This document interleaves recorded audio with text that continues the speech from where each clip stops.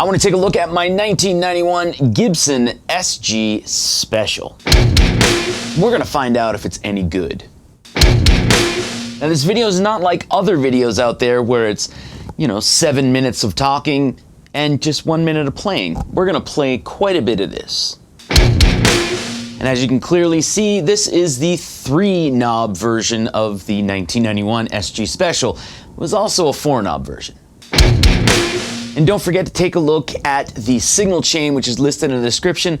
And of course, the chapter markers are there, so if you want to skip ahead to certain amps and stuff like that, you can definitely do so. But that's enough talking for now. Let's get after it.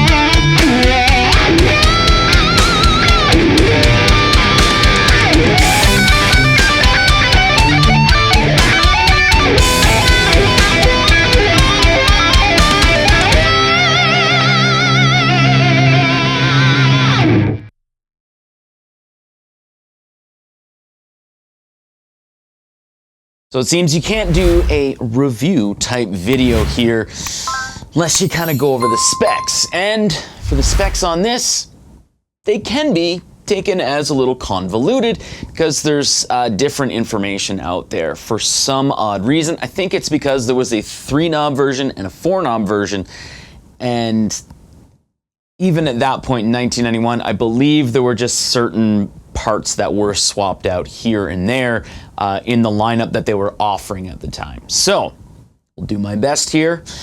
We have a mahogany SG body that has the contours and stuff like that. The older SGs, some of them have the wider horns. So if you look at the newer ones, they're definitely a lot thinner. We have an ebony fretboard, which is unbound with the dot inlays. And that was on a mahogany neck. There were different versions that had a maple neck, but this one here is a mahogany neck, and it has the medium C shape to it. Some of them had the rounded profile, which is just a little bit thicker than the medium C. Taking a look at the headstock, we have the silk-screened Gibson logo with no holly leaf or crown or whatever you want to call it. And the truss rod cover here says SG. We also have the sometimes highly sought after Gibson Vintage Deluxe tuners. These are the green button versions, so a lot of people do like the older ones. This is the 3-button version, so we have 2 volumes and a master tone with a 3-way toggle switch. We also have the Nashville style Tune-o-matic with a stop bar. Of course, taking a look at this, there's something that's very absent, right? Usually you either have the bat wing or you have the smaller pick guard, but this one does not have one whatsoever. And of course, pickups wise, we have, and this is where some information can be convoluted. Some people list it as T-type pickups, other people list it as dirty fingers, but these ones here are the 490R and 490T. That's enough of the specs for now. Let's go ahead and listen to 5 more sound samples.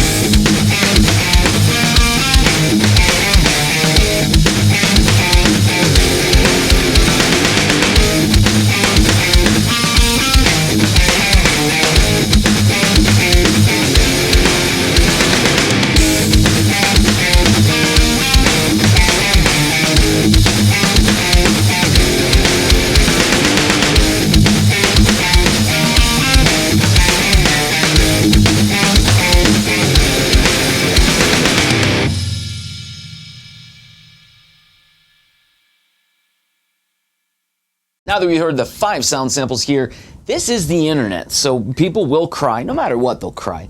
But they will cry if you don't do sound samples that are just the bridge, middle, and then the neck with some clean. So here is also a more budget-friendly amp with the Marshall Origin 50 in D standard.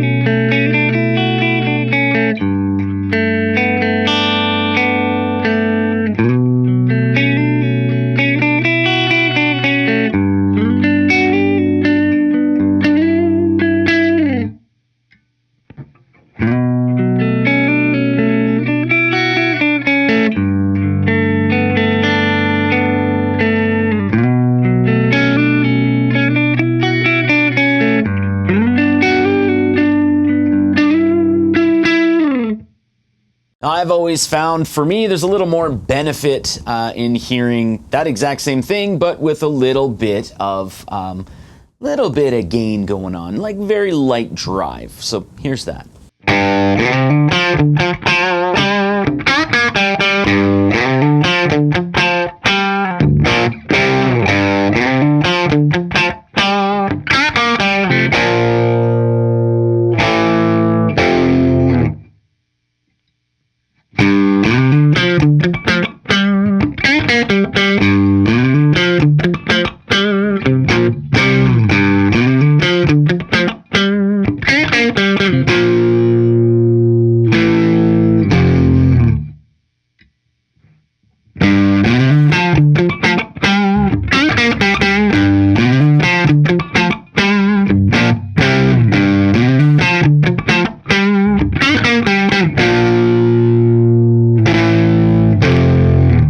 Now, I must have mentioned at the beginning that this is from 1991, right?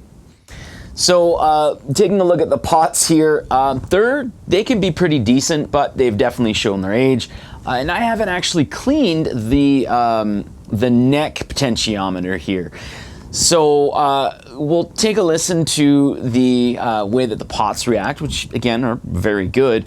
But take a close listen to, the failure of the potentiometer for the neck.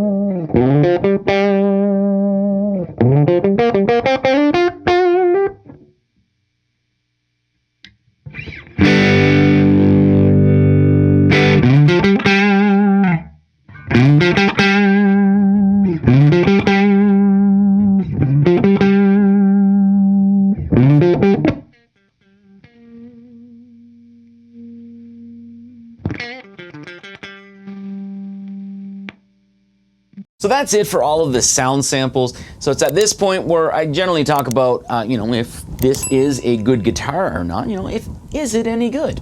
But I want to talk about what you could liken this to today, because this was, the under model for like the standard or the 61 standard or 60 standard, whatever they want to call it at that point. So this right here, even though, if it was a smaller scale and you had the chrome pickup covers on here, or nickel, whatever, You can actually see that this looks like it's one of those Epiphones, like the Players Pack Epiphones. It's definitely a full-scale guitar and everything, but this is actually what you would liken it to today. The Gibson SG Tribute, or this one here, which is a 2019 model, the SG Standard Tribute. They took standard out of the name. So at the same time, you have the 490R and 490T pickups, same as that are in here. Big differences here. The wings are thinner on the newer one versus how they're thicker on the older one. We have a maple neck, batwing pickups, or batwing pick guard. I put pickup covers on this myself. I prefer that. We still have the Gibson Deluxe Vintage tuners, albeit they are new. We still have the silk-screened Gibson logo, but we now have the silk-screened crown or holly leaf or whatever you want to call it. And we have Tribute written on the truss rod cover. The ebony board now turns into a rosewood board, but we still maintain the unbound board with the dot inlays. So again, let's get back to it. Is this a good guitar? Clearly, I would have to say yes, with one caveat here. I'm not keeping this guitar, even though I say, it's my guitar. It's my guitar until I actually ship it out to Kevin, who's the other guy on the channel. So I do think this is a good guitar, but at the same time, it's probably my least played SG, and it's an extreme shame because it is a fantastic playing guitar. I'm one of those guys that enjoy character on some older guitars. I don't like the whole, buying a new guitar where, and beating it up and kind of aging it that way.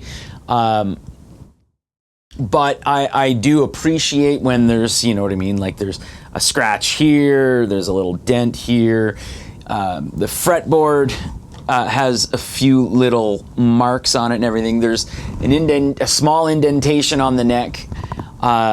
And like finish cracks on the neck heel and stuff like that, or around the neck heel. This is an extremely charactered guitar. It is fantastic, and it's a great playing guitar. Playing leads on this is an absolute joy. But I again have to throw to the point that probably because I have 50 guitars in here, I don't reach for this very often, and that is a damn shame. Especially since I gave Kevin the money to buy this for me in Nova Scotia. He picked it up, played it for a little bit because I asked him to make a video on it, and did not want to send it to me.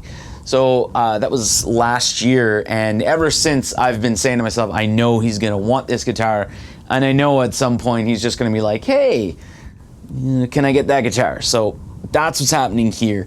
But if you do see this listed on the used market, I don't think that you would really have any problems with it. I don't think you should properly hesitate because of its age. I mean, you may want to take a look at the potentiometers, whether you need to swap them out or whether you need to just, get some contact cleaner or some other type of solution, and just work things in the pot to get everything to, sound proper instead of cutting out. But yeah, this is a fantastic guitar, and the 490R and 490T that are in here, I do have to agree with what Kevin says. They are a little on the magic side because they do sound ever so slightly different than any other 490R and 490T pickups that I own. So that is one thing as well. So that is all I have to say here on this guitar, and I do have to say, keep an eye out for any videos that Kevin may make with this guitar, because I know that he really, really wants it, and he really, really bonded with it, just a lot more than I did. So, yeah, thanks for watching.